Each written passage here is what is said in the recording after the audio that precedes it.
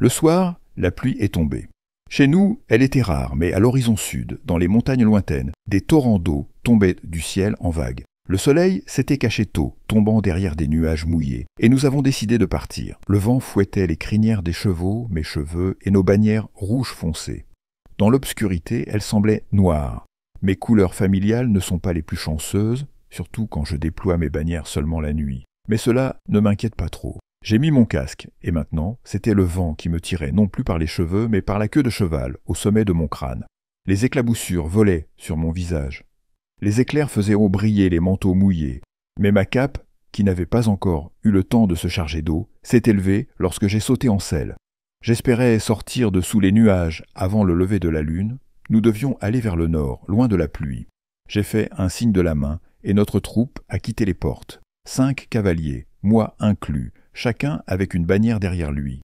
Belle chevauchait avec l'un des guerriers, car elle ne savait pas monter. Je n'avais pris aucun trésor, sauf une poignée de pièces. Tout ce dont j'aurais besoin m'attendait devant moi, ce qui m'appartenait de droit. L'or, Jane et le festin de fête. Le vent soufflait maintenant dans nos dos. La forêt nocturne se hérissait de ses épines mouillées. Les oiseaux étaient silencieux, et seul le bruit des sabots et le clapotis de l'eau nous accompagnaient. Le tonnerre au loin était à peine audible. L'air sentait la fraîcheur, les feuilles mouillées, la poussière battue par la pluie. Les chevaux couraient, légers et libres. Je roulais vite, espérant arriver au matin du surlendemain à Malmide, et mes hommes ne me lâchèrent pas. Ce chemin n'était pas à prendre sans nécessité, mais aujourd'hui, nous étions pressés. Bientôt, la forêt s'éloigna de la route, encore une forêt ordinaire, et à travers les nuages, la lune apparut, brisée, comme une perle éclatée. Les yeux de nos chevaux brillaient dans l'obscurité. Les yeux de mes hommes luisaient de rouge, comme les miens, je le savais. Belle dormait, mais même ainsi, de sous ses cils, s'échappait une légère fumée lumineuse. Cela signifiait qu'elle faisait de bons rêves. Pour Belle, il n'y avait pas encore de travail. Mais ne pas l'emmener avec nous aurait été encore plus imprudent que de partir sans armes. Puis, la forêt devint plus clairsemée. Les arbres se tenaient comme d'énormes masses noires. Les vallées s'enfonçaient dans la brume. Nous avons ralenti, et les chevaux avancèrent presque au pas sur la route mouillée. Je fixais la nuit, attendant une rencontre. Sous un grand orme étendu, appuyé contre le tronc, un homme dormait sous un chapeau à large bord. En entendant notre approche, il leva la tête et nous regarda sous le rebord de son chapeau. Son visage était plongé dans l'ombre. Belle se réveilla, cligna des yeux 2 fois, dispersant la lueur pâle sous ses cils. Maintenant, seules ses pupilles brillaient doucement, et ses cheveux, gris comme la brume, étaient aussi blancs que la lumière. Elle le regardait avec curiosité. Il me sembla qu'elle le reconnaissait, bien que je n'ai jamais pensé que Belle et son visage se connaissaient. Pourtant, cela ne me surprenait pas. Tous deux étaient des professionnels parmi les meilleurs.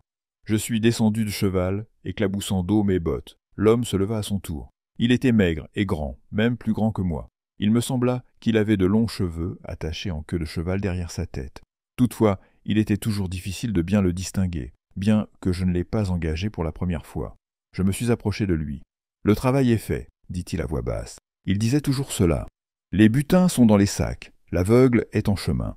Les sœurs blanches de Milena restent au monastère, mais les gens de Bonaxton les attendront dans la forêt demain à midi. »« Merci, » répondis-je. L'homme hocha la tête. Il semblait qu'il n'avait pas de visage, tant l'ombre sous son chapeau était profonde. Même moi, avec ma vision nocturne, je ne l'avais jamais vu clairement. J'ai détaché de ma ceinture un sac en cuir rempli de pièces d'or et je le tendis à l'homme sous le chapeau. « Merci à vous aussi, dit-il. » Puis il s'éloigna dans l'ombre, derrière un arbre, et se dissipa dans la nuit humide. Il partait toujours à pied, et il ne faisait jamais de bruit. Nous avons ouvert les sacs. J'ai posé un sac en travers du garrot d'un cheval. Les autres guerriers ont fait de même.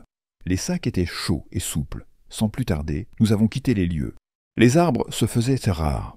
Nous avons jailli dans les champs, qui s'étendaient sous un ciel parsemé des fleurs blanches de la nuit, et la pluie, ayant laissé tomber ses dernières gouttes, était derrière nous. Le vent avait chassé les nuages de la lune, qui, immense et bleue, projeta nos ombres vers l'ouest. Nous avons galopé un moment, laissant nos chevaux courir à toute vitesse. La nuit filait à nos côtés. La lune étincelait sur nos armures, se reflétait dans nos yeux, et seuls les chevaux noirs, des créatures de la couleur de l'obscurité, étaient à peine visibles, comme si nous étions montés sur le vent lui-même. 2 miles plus loin, je levai la main pour ralentir mon cheval, et les autres suivirent. Secouant les gouttes de l'herbe haute et fragile, les chevaux passèrent au pas, et, s'étirant en une chaîne, s'arrêtèrent. Je me tenais au centre, avec 2 cavaliers de chaque côté de moi. Belle était assise droit dans sa robe grise à reflets bleus et chantonnait une mélodie douce. En face de nous, écartant l'herbe haute, 5 créatures grises s'avançaient au trot. Nous étions sur le territoire des loups, à l'heure la plus propice à leur activité. Elles s'étendirent aussi en une chaîne, de sorte qu'une créature était attribuée à chaque cheval. À moins de 20 pas de nous, elles s'arrêtèrent. « Puis-je passer » demandai-je, faisant semblant que la coutume était encore en vigueur. Les loups se regardèrent, puis le meneur grogna doucement. Ce n'était pas surprenant. Pourquoi nous céderaient-ils le passage, alors que nous, parfois, nous étendons leur peau devant les cheminées, tandis que, le soir venu, rongent nos os? Les loups se tendirent, et je fis un signe de la main. Mes hommes dégainèrent dès leurs épées. L'acier argenté de chaque lame brilla brièvement. Aujourd'hui, nous avions pris des épées argentées, car devant nous nous attendaient des adversaires semblables à nous. Mais contre les loups, nous n'avions pas l'intention d'utiliser nos armes. Les créatures bondirent sur nous, haut, bien plus haut que ne le feraient des loups ordinaires, visant en arc au-dessus des têtes de nos chevaux.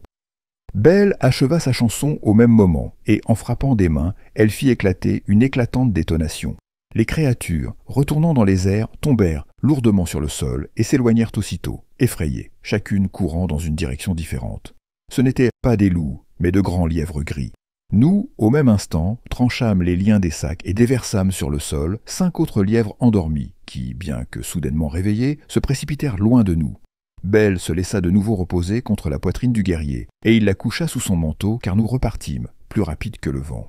Belle est une véritable virtuose. Si j'ai besoin de magie, je la sollicite toujours. Et même si le prix de son travail est élevé, je sais pourquoi je paye, même si elle se contente de dormir en selle. Mes hommes dissimulaient leurs épées pendant leur course, armes qu'ils ne comptaient pas utiliser avant d'atteindre les limites de Malthazar. Désormais, les loups qui pouvaient se dresser sur notre chemin poursuivraient les lièvres sans nous remarquer. Ils le feraient assurément. D'autant plus que les lièvres couraient dans la direction que Belle leur avait indiquée. Les contes sur les métamorphes qui conservent leur intelligence humaine sous forme de loups ne sont que des légendes. Tout comme les histoires de vampires qui ne se reflètent pas dans les miroirs, ce ne sont que des contes. Nous rejetons ombre et reflets, car nous existons. Les chevaux, tous noirs comme un seul, nous portaient à travers les steppes sans se soucier du chemin. Une fois, un long et perçant hurlement de loup nous rattrapa. Mais nous comprîmes que nous venions de franchir les terres des métamorphes sans difficulté. Une autre fois, une troupe d'oiseaux blancs aux becs et pattes immaculés, aussi grands que des grues, s'envola des hautes herbes effrayées par notre passage, projetant des ombres ailées sur nos visages. Mis à part cela, tout le reste jusqu'à la route fut calme. Lorsque nous avons traversé un ruisseau et approché de l'élévation, la lune était déjà presque au centre du ciel. Nous nous sommes arrêtés, attendant juste assez longtemps pour laisser passer un groupe de cavaliers, invisibles depuis ici, qui passèrent en criant sur la route au sommet de la colline. Puis Belle, se retournant vers le champ, cria quelque chose dans l'obscurité. Quelques minutes plus tard, des lièvres sortirent des herbes directement vers nous, 5 des 10 que nous avions libérés. Les loups ne tarderaient pas à surgir, mais nous n'avions pas l'intention de les attendre. Par un mot doux et chantant, Belle endormit les lièvres, et, les repliant à nouveau dans les sacs, nous repartîmes, entendant derrière nous le bruissement des herbes. La meute de loups que les lièvres avaient emmenés avec eux sur notre trajectoire nous rattrapait. Les chevaux, tendant leurs cous et se repliant sous la pression, nous emportèrent vers le sommet de la colline, et nous atteignîmes la route. Là, les loups ne pouvaient plus nous suivre. Ces terres étaient désormais celles des hommes, non des bêtes. Faisant jaillir des étincelles sous les fers de leurs sabots, nos chevaux atteignirent les tours blanches et noires. Cet endroit était rarement fréquenté, mais nous avions décidé de passer par là. La nuit ne tenait pas en place. L'aube approchait, meurtrière comme chaque aube de l'année, et nous devions atteindre les limites de Malthazar avant le lever du soleil pour ne pas être réduits en cendres. Les tours, chacune haute de 25 yards, se tenaient proches l'une de l'autre, rondes, élancées, se rétrécissant vers le sommet. Entre elles, 5 cavaliers ne pourraient pas passer côte à côte. La tour blanche se trouvait à droite, la tour noire à gauche. Autour d'elle se dressaient d'autres bâtiments, mais les tours dominaient assurément le paysage. « Arrêtez, payez la taxe !» crièrent-ils depuis la tour noire, et les fenêtres vides se hérissèrent de arbalètes. Je reconnus la voix tranchante de Catalina. Comme toujours, elle ne pouvait dormir les nuits de lune, et c'était elle qui commandait la garde de nuit. Je levai les yeux et vis son visage pâle, irrité, encadré par des cheveux sales. En réponse, un corps fêlé retentit depuis la tour blanche, puis le maître de la tour, le hirsute Shannon, cria en bas. « Non, c'est à nous que vous devez payer la taxe. » C'était toujours ainsi. D'habitude, les voyageurs étaient obligés de payer la taxe à chaque côté, qui baissait des paniers par corde. Ensuite, les hommes de Catalina tentaient de couper la corde du panier de Shannon, tandis que les archers de Shannon pestant visaient le panier de Catalina. Pendant ce temps, les voyageurs avaient souvent le temps de passer avant que ces deux-là ne décident de réclamer à nouveau leur dû.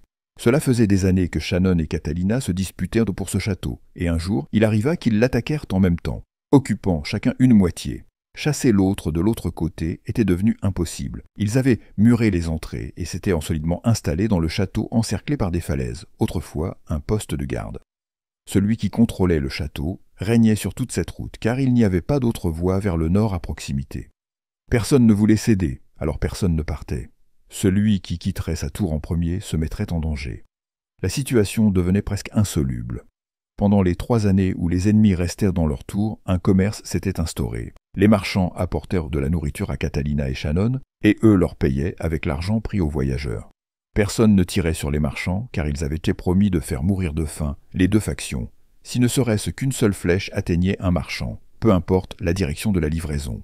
Le château avait depuis longtemps perdu sa valeur pour eux, il était devenu un symbole, et la rivalité une obsession. Enivrés par cette lutte, Shannon et Catalina étaient devenus presque fous. Bientôt, je pense, l'un d'eux sera tué par ses propres hommes. « Je vous dis la taxe !» hurlèrent-ils en chœur, et je fis un signe à Belle. Elle se redressa, passa une main dans ses cheveux, et pendant quelques instants, toute la plateforme entre les tours fut illuminée, notre troupe apparaissant clairement. Des cavaliers, sur des chevaux noirs, en armure de forger, portant des drapeaux rouges foncés, et la célèbre Belle, éclatante comme le jour. « Tu me reconnais, Catalina ?» lui demandai-je. « Et toi, Shannon ?» Le silence me répondit. Un silence étonné, mais accepté. Shannon et Catalina, qui, entre autres, étaient une source de mes revenus, m'avaient reconnu. Il y a bien des années, ces deux-là avaient parié contre moi et avaient perdu. En paiement, j'avais pris le contrôle sur eux, renforcé par la magie. Je les avais aidés, leur montrant des voies, sachant qu'un jour, elles me seraient utiles.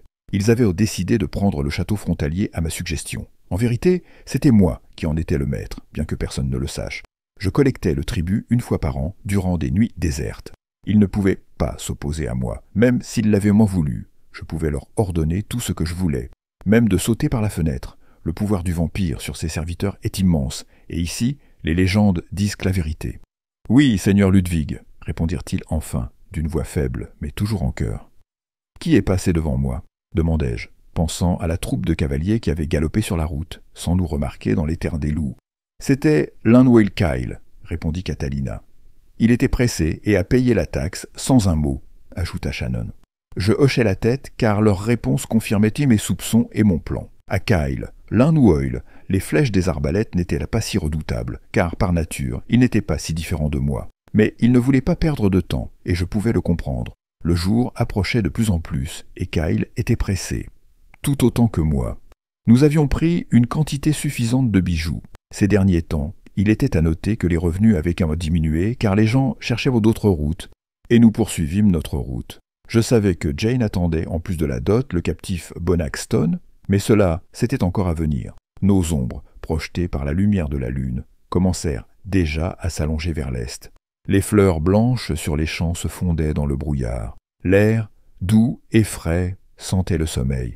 Belle s'était de nouveau assoupie, cette fois sans rêve. Nous allions plus lentement que nous n'aurions pu, afin de ne pas arriver trop tôt. Nous traversâmes un anneau de sapins touffus, et, quelque part, au-dessus de nos têtes, un hibou hocha 2 fois. Malte, le château de Malthazar, se dressait devant nous, escarpé comme une falaise. Les bannières bleues, bleuies sous la lune, flottaient au vent. Il n'y avait pas de vent, mais Malthazar aimait que celle-ci frémisse, et c'est pourquoi le tissu avait été enchanté. Nous passâmes sans encombre, car toutes les sentinelles de Malthazar avaient été tuées. Les portes étaient grandes ouvertes, et le château était en ruine. Kyle était arrivé avant nous, et cela nous arrangeait. Nous n'avions pas à nous battre contre Malthazar, et Kyle avait perdu une grande partie de ses hommes. Le sans-visage avait lancé à temps la rumeur de mes intentions de partir une nuit plus tôt, et Kyle, précipité, avait accompli pour moi tout le travail de soldat. Si tu as des ennemis, laisse-les s'entre-détruire. Je ne me souviens plus qui a dit cela, mais je pense toujours que c'était juste. Donner à Kyle une avance en temps nous exposait à un autre risque. L'aube se rapprochait, et le système de surveillance de Malthazar devenait de plus en plus efficace. Des ballons aériens, remplis de gaz et recouverts de plaques miroirs, brillaient haut dans le ciel, captant la lumière du soleil et enveloppant la zone d'une pluie de rayons lumineux, même à cette heure si tardive. Pourtant, cela n'avait pas sauvé Malthazar aujourd'hui, apparemment comme je l'avais espéré. Kyle avait la nuit avec lui. Les ballons étaient contrôlés par un système de cordes, mais Kyle n'en avait pas encore maîtrisé les rouages, et nous avions filé à travers les fissures de ce bouclier lumineux, mais hélas, pas tous. Un de mes soldats fut frappé par un rayon de soleil, et bien que son armure ait renvoyé la lumière aveuglante, le ballon, tournoyant dans les hauteurs, glissa sur son visage avec un éclat brûlant, et le soldat, comme frappé par un marteau, tomba de sa monture. L'armure vide tomba au sol, tandis que le corps de mon soldat se dissipa en poussière grise dans la lumière perçante de la nuit. Je poussai un cri de frustration, regrettant de ne pas avoir ordonné que les visières des Swabi, ces Ditawapoli. Cependant, le soleil aurait suffi à passer même par une simple fente. Dans la cour de la forteresse, où les ballons, suspendus au-dessus de nous, ne pouvaient projeter leurs rayons, nous descendîmes de cheval. Puis nous nous saisîmes les uns les autres par les mains, formant une chaîne. Et c'est Belle qui ouvrit la marche. Elle prononça un mot bref et frappa de son pied, chaussé de cuir, la porte d'un coup. C'était de la magie. Le coup de Belle avait notre puissance commune, comme si 4 vampires frappaient en même temps en un seul point. La porte s'ouvrit vers l'intérieur. Avec Belle, tout se décidait rapidement. Nous détournâmes les sacs et jetâmes à l'intérieur les lièvres endormis. Belle claqua des mains et ils roulèrent en boule, se transformant en loups en cours de route. Ce n'étaient pas les 5 vrais lièvres que nous avait vendus le sans-visage. Ce furent 5 loups-garous enchantés par Belle. Nous refermâmes la porte et attendîmes un moment, écoutant le bruit qui venait de l'intérieur du château. Les vampires et les loups-garous ne s'entendent jamais. Là-dessus, les légendes ne mentent pas. Quand le silence tomba, nous pénétrâmes dans la citadelle en ruine de Malthazar, qui probablement était déjà morte avant notre arrivée. Parfois, il est très utile de partager son secret avec quelqu'un, puis de regarder comment il s'acharne à ramasser pour vous les braises. Nous montâmes les escaliers, gris de la poussière des vampires, enjambant les corps des loups-garous tués, passant à côté de vases renversés et de tableaux inclinés. Des tapisseries déchirées claquaient impuissantes dans l'obscurité, malmenées par les courants d'air. Nous marchions sur des armes ensanglantées, des armures bosselées et percées, des vêtements, les corps de leurs propriétaires, maintenant traînés au sol, recouverts de poussière grise. Il y avait tout juste peu de temps, ici, 2 batailles violentes s'étaient en succédé, l'une après l'autre. Kyle avait vaincu à la fois Malthazar et les loups-garous, mais lui aussi avait perdu presque tous ses hommes. Nous enfonçâmes les portes en bois, cette fois sans magie, et pénétrâmes dans la grande salle. Ils étaient mon 5. Kyle se tenait là, son épée à la main, et le regard lourd de son œil unique aurait suffi à écraser n'importe quel homme contre un mur. La lame ne me préoccupait pas, car il n'y avait pas de meilleur épéiste que moi dans les environs, et les regards ne m'atteignaient pas. Les hommes de Kyle, 3 d'entre eux, en mailles et avec des épaulettes, se jetèrent sur nous, et nous nous engageâmes dans un combat. Belle n'avait jamais utilisé de magie de combat, et cette fois encore, elle ne nous avait pas aidés. Je n'aurais pas eu les moyens de corrompre ce principe, si tant est que cela fût possible. Ils étaient peu nombreux et blessés. Nous les anéantîmes tous. « Tu m'as trahi, Ludwig !» hurla Kyle, restant sans un seul homme debout. « Tu voulais me tromper, Kyle, répondis-je sans m'arrêter. Tu es venu pour empêcher mon mariage, n'est-ce pas? Pourquoi crois-tu qu'il soit le tien? Jane épousera le premier de nous qui fêtera son passage à l'âge adulte avec elle. Il montra ses crocs dans un rictus et grogna. Cela ne me fit pas grande impression. J'avais les mêmes. Parce que ce sera moi, répondis-je en me désignant d'un geste du doigt, puis je fis un pas en avant, levant mon épée unique. Seras-tu à moi, Ténèbres? Cria-t-il. La Ténèbre, une jeune femme aux cheveux noirs, assise indifféremment sur un haut siège, se leva et joignit les paumes. 2 immenses ombres glissèrent sur les murs, toutes les bougies s'éteignirent, les rideaux tombèrent, les portes se fermèrent, et nous nous retrouvâmes dans une obscurité totale. Je savais que Belle derrière moi avait cligné des yeux 2 fois, et pendant une fraction de seconde, entre 2 battements de paupières, ses yeux brillèrent d'une lumière blanche, même dans cette nuit noire. L'iris enflammé de Kyle éclata en rouge, le trahissant. Il me suffisait d'un instant. Nous croisions nos épées, des étincelles jaillirent et disparurent. Il réussit à parer un seul de mes coups, et avec le second, je le tranchai. Il se dissipa en poussière comme tout vampire frappé par une lame en argent. Il régna une obscurité totale, une paix de mort. « Tu serviras maintenant sous mon commandement, Ténèbres » demandai-je à cette nuit. « Si tu paies, répondit-elle, je savais que si je refusais, lorsque j'allumerais une bougie, la pièce serait déjà vide. Les ténèbres ne se laissent pas capturer. Que désires-tu en échange de tes services? Combien de temps compterais-tu sur mes services? Jusqu'à la prochaine nuit, répondis-je, car je comptais, au coucher du soleil, revêtir la couronne de Malmida. Alors, un cheval pour voyager, et tout ce que je désirerais parmi les choses qui te plairont durant ma période de service. Une seule, à ton choix. » Je hochai la tête. C'étaient des conditions relativement douces. Les ténèbres pouvaient te demander n'importe quoi, et prendre ce qu'elles voulaient, même au prix de ta vie. Nous incendiâmes le château, rideaux, bois, tapisseries, tapis et provisions de vin brûlés fin et bien que la pierre, évidemment, résistât. Puis nous prîmes la route. Le soleil se levait, un soleil que je n'avais pas vu depuis 12 ans. Mais cela ne me faisait pas peur. Avec nous voyageait la ténèbre, montée sur le cheval de mon soldat, celui qui était tombé dans la nuit. Si, près des vampires, il y a une vraie ténèbre, le soleil n'a pas de pouvoir sur eux. Je l'avais engagée, et je savais qu'elle ne nous abandonnerait pas avant que la nuit ne vienne, ou si je tombais avant que le jour ne s'éteigne. J'espérais que cela n'irait pas jusque-là. Les yeux s'habituèrent, et je regardais le jour, gravant dans ma mémoire chaque détail. Il y avait une mer entière de lumière, et je savourais les couleurs et les teintes que j'avais presque oubliées. Nos drapeaux rouges sombres étaient magnifiques sous la clarté du jour, et même les manteaux gris jetés sur nos armures de cuivre paraissaient impeccables. Les cheveux argentés de Belle brillaient d'une blancheur éclatante, et ses joues étaient rosies. Je ne l'avais jamais vue de jour. Le soleil ne lui faisait pas peur. Belle n'était pas une vampire, elle était une sorcière. « J'aime Belle, » dit soudainement la ténèbre. « J'espère que tu aimeras d'autres choses aussi, » répondis-je, « parce que Belle ne m'appartient pas. Elle t'appartient pour la durée de son service auprès de toi. Tu connais les règles. Tu brûleras tes mains avec un tel choix. C'est mon choix. Tu auras aussi le tien, ne t'inquiète pas. Je pense que j'apprécierai aussi d'autres choses. » La ténèbre se tut. Son visage pâle était aussi blanc qu'une statue, et ses longs cheveux, qui touchaient presque le sol, étaient plus sombres que la nuit. Nous traversions d'abord une forêt transparente où parfois un feuille automnale jaune ou rouge virevoltait et nous effleurait le visage. Puis, la route se faufila dans une forêt dense de chênes, où les éclats du ciel, visibles à travers le feuillage, ressemblaient à des étoiles. Je sentis même un léger regret de ne pas voir le soleil. Mes guerriers, qui n'avaient jamais vu la lumière du jour, s'étaient habitués et n'en pouvaient plus de s'émerveiller. C'est là que Belle intervint. Déjà fatiguée dans sa selle, elle n'était pas jeune, elle demeurait silencieuse tout le long du voyage, ignorant même la ténèbre. Elle se redressa, prononça une incantation longue et rythmée, puis se tut à nouveau.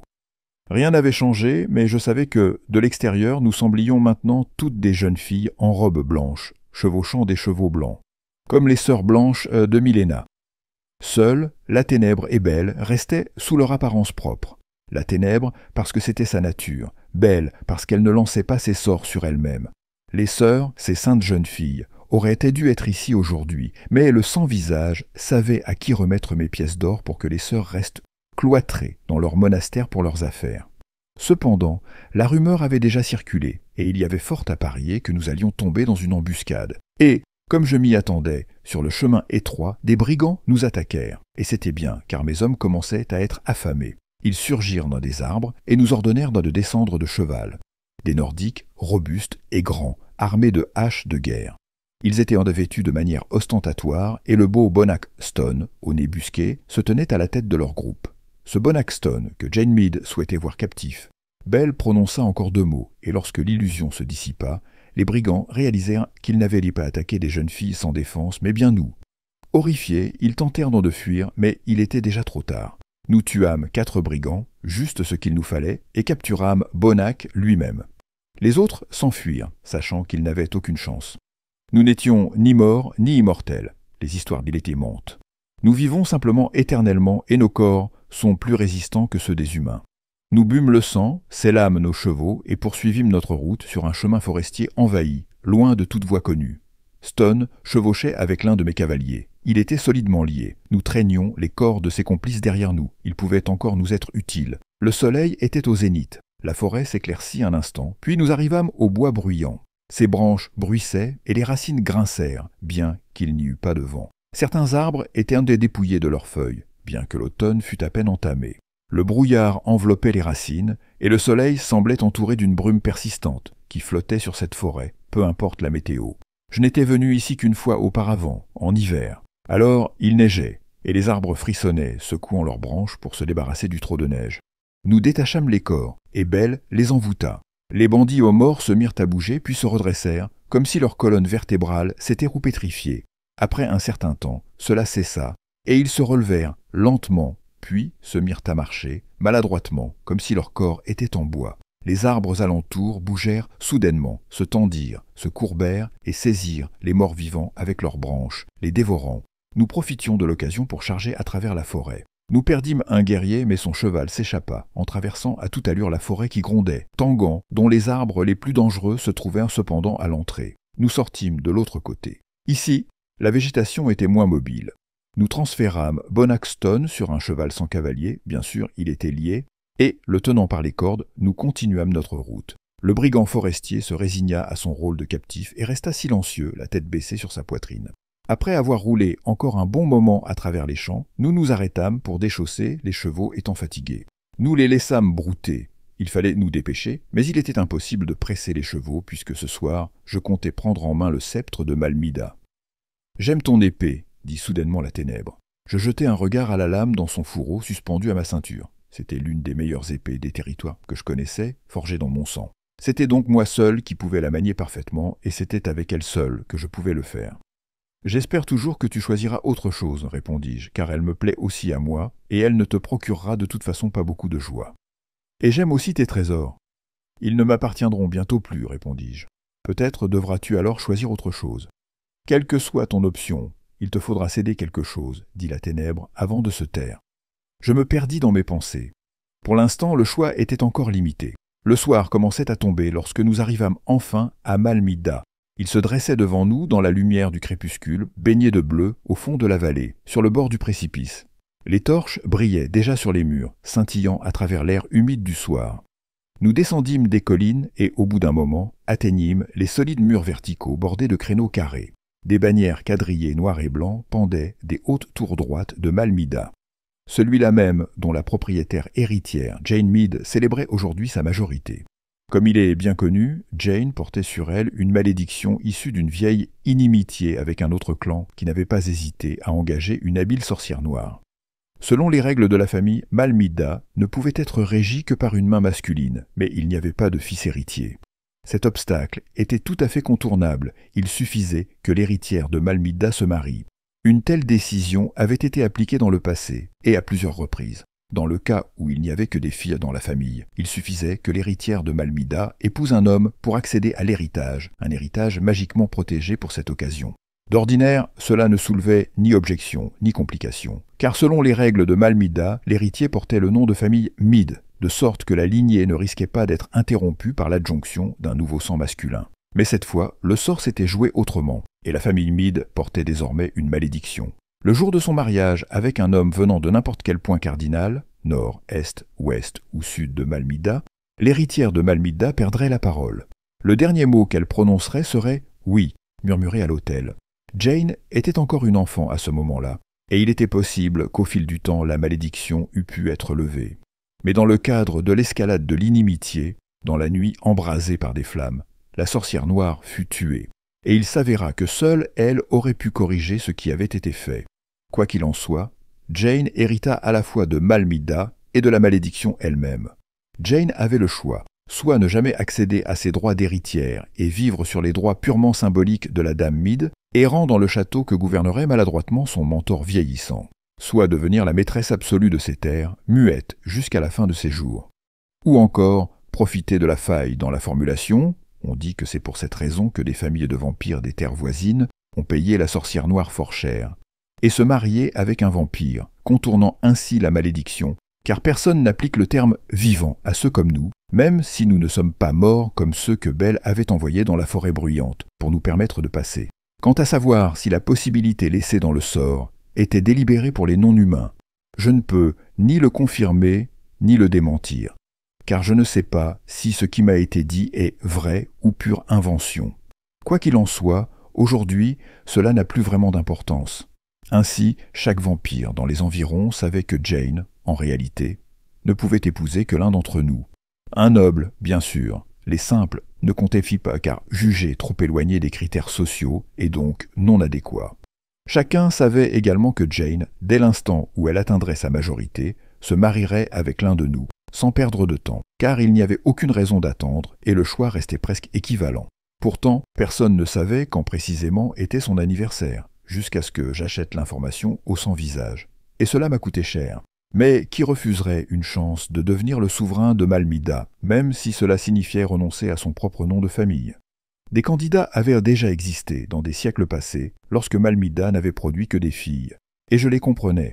Plus riche et plus influent que Malmida, il n'y avait pas de cour du littoral aux Landes. Mon luth à côté était une simple bourgade. Étant donné que la nuit restreint les vampires, ceux d'entre nous qui pouvaient non prétendre au trône de Malmida étaient essentiellement ceux qui vivaient dans les environs proches, c'est-à-dire moi, Malthazar et Kyle à l'œil unique, et j'avais tout fait pour que ce soit moi. Nous atteignîmes les portes, et elles s'ouvrirent en devant nous. Moi, mes 2 cavaliers, Bell et le brigand captif Bonar Stone, liés aux mains et aux pieds, pénétrâmes dans la cour. Des torches brûlaient, projetant une flamme jaune, la lumière du soleil qui venait juste de toucher l'horizon et s'éteignait désormais dans la nuit qui approchait.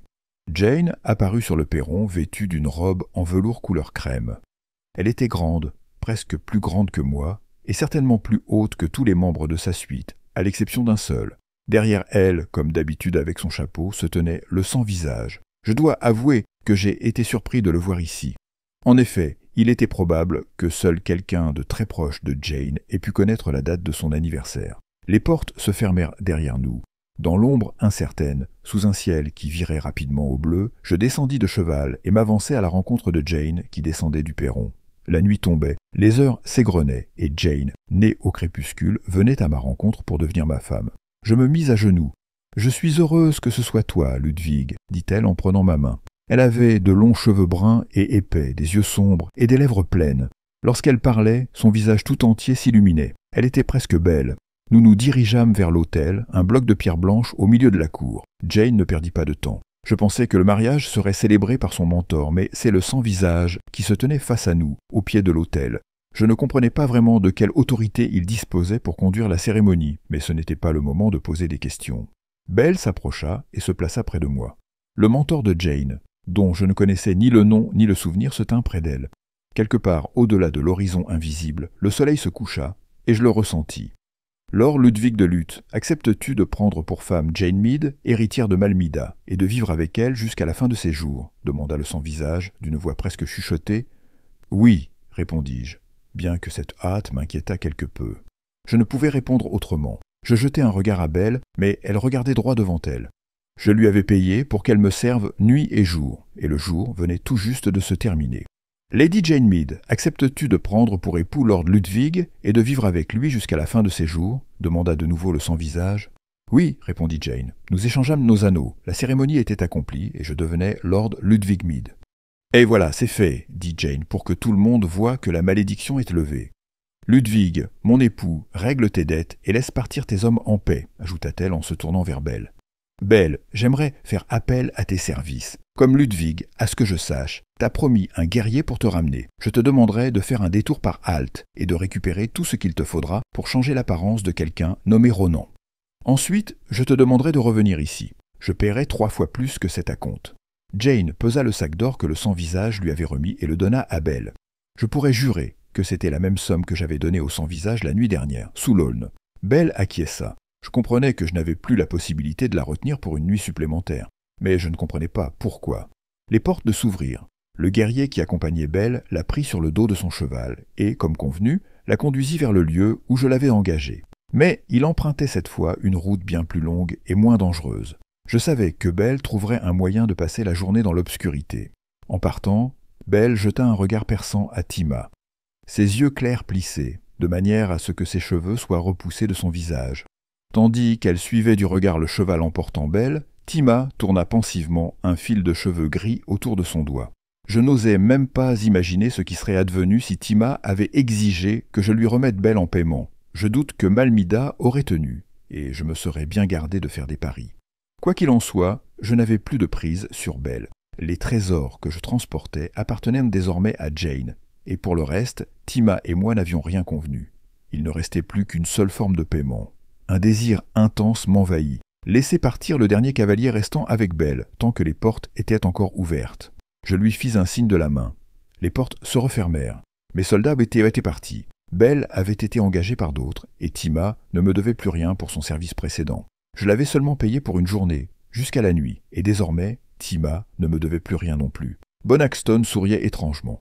Je posais la question qui me hantait depuis que nous avions franchi les portes de Malmida. « Pourquoi toi sans visage ?» demandai-je. « Pourquoi c'est toi qui as dirigé la cérémonie ?»« Sans visage ?» répondit-il soudainement d'une voix plus forte, ce à quoi je ne m'attendais pas. « Pourquoi pas? J'ai un visage.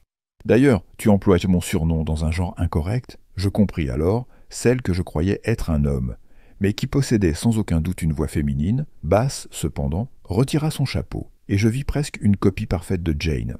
Ses cheveux noirs étaient rassemblés en une queue de cheval, ses lèvres bien dessinées et ses grands yeux sombres étaient identiques à ceux de Jane. Tu te demandes pourquoi j'ai conduit la cérémonie. Parce que je suis l'aîné, Ludwig. Je suis Johanna Mead, la sœur aînée de Jane. Mais pourquoi alors la cadette est-elle devenue l'héritière de Malmida? Je ne comprenais toujours pas ce qui se passait, mais je sentais qu'il n'y aurait probablement pas de banquet pour célébrer ce mariage. Je posai ma main sur la garde de mon épée. Nos parents ont désigné la cadette comme héritière pour laisser une marge de manœuvre. L'aîné du clan échappait à la malédiction, ce qui a joué en notre faveur à toutes les deux, comme maintenant. « Amenez Stone, » dit Johanna, en ordonnant à ses hommes de s'approcher du prisonnier. « Pendant des années, j'ai travaillé sur ma réputation, » dit Johanna, se dressant au-dessus de moi, « pour organiser le mariage de ma sœur. Tu pensais que c'était ton plan. J'ai payé Tima pour qu'elle se trouve au château de Kyle à temps, et lui l'a engagé pour te devancer, car il savait que tu te pressais de venir ici, que donc ma sœur allait bientôt devenir majeure. Ainsi, Kyle a tué Malthazar, et toi, tu as tué Kyle. Si j'avais fait en sorte que Tima soit engagée directement par toi, Kyle serait resté en vie, et toi, en tant que commandant d'une force moins nombreuse, tu aurais probablement perdu face à Malthazar. Mais nous avons décidé de bâtir notre plan autour de toi, car tu es celui qui préfère agir par l'intermédiaire des autres. En plus, tu es le plus beau des trois. Je restais silencieux. Ainsi, nous avons presque anéanti toutes les forces vampiriques et levé la malédiction de Jane. Demain matin, je serai libre, bien que veuve, maîtresse de Malmida, dit Jane, se tenant près de sa sœur. Et de plus, tu m'as ramené mon bien-aimé, dit Johanna en étreignant le libéré Stone qui ne cachait plus son sourire. Tu l'as sauvé non seulement de l'attentat préparé par ceux qui visaient le chef de la bande, mais aussi de l'arrestation et de la colère du peuple. Bonash Stone est désormais considéré comme mort. À sa place, il y aura un homme libre, nommé Ronan. D'ailleurs, c'est mon véritable nom, dit le bandit en souriant. Quant à moi, en tant que maîtresse de Malmida, je donne au jeune Ronan le titre de baron de Satski, et les terres connues sous le nom de Satz, avec la forêt, les moulins et les habitants, ajouta Jane en souriant. Je serrai les dents. Mais je suis encore le seigneur de Malmida, et mon pouvoir est avec moi. Je dégainai mon épée. Eh bien, voyons combien je peux en abattre avant que quelqu'un ne me touche. Tu oublies quelque chose, Ludwig, dit Tima. Tu ne m'as pas encore payé. Tu ne m'as pas donné le choix, hurlai-je. Belle n'est plus à moi, les trésors appartiennent désormais à Jane, et l'épée est tout ce qu'il me reste. Tu m'avais promis un choix. Ne sois pas malhonnête, Ludwig, tu as déjà compris que tu n'es pas le plus habile dans ce domaine, dit Tima en s'approchant. Tu avais un choix, mais tu ne l'as pas utilisé. Et Tima s'approcha de moi et me prit mon épée. Je la lui remis, car autrement elle l'aurait prise dans la poussière de mon corps. J'aimerais t'engager, Tima, dit Johanna. Je ne veux pas que les lucioles perturbent mon sommeil cette nuit. Je suis assis dans un cachot, attendant l'aube, et le ciel, au-delà de la grande fenêtre grillagée, commence à s'éclaircir. Eh bien, au moins, je reverrai le soleil. J'écris cette histoire, assis sur le sol de pierre. Je vois bien dans l'obscurité. Peut-être que quelqu'un la lira, mais je ne pense pas que l'histoire de la chute de Ludwig de Luth, seigneur de Malmida, tué par sa propre femme, finira par être autre chose qu'une simple histoire de vampire.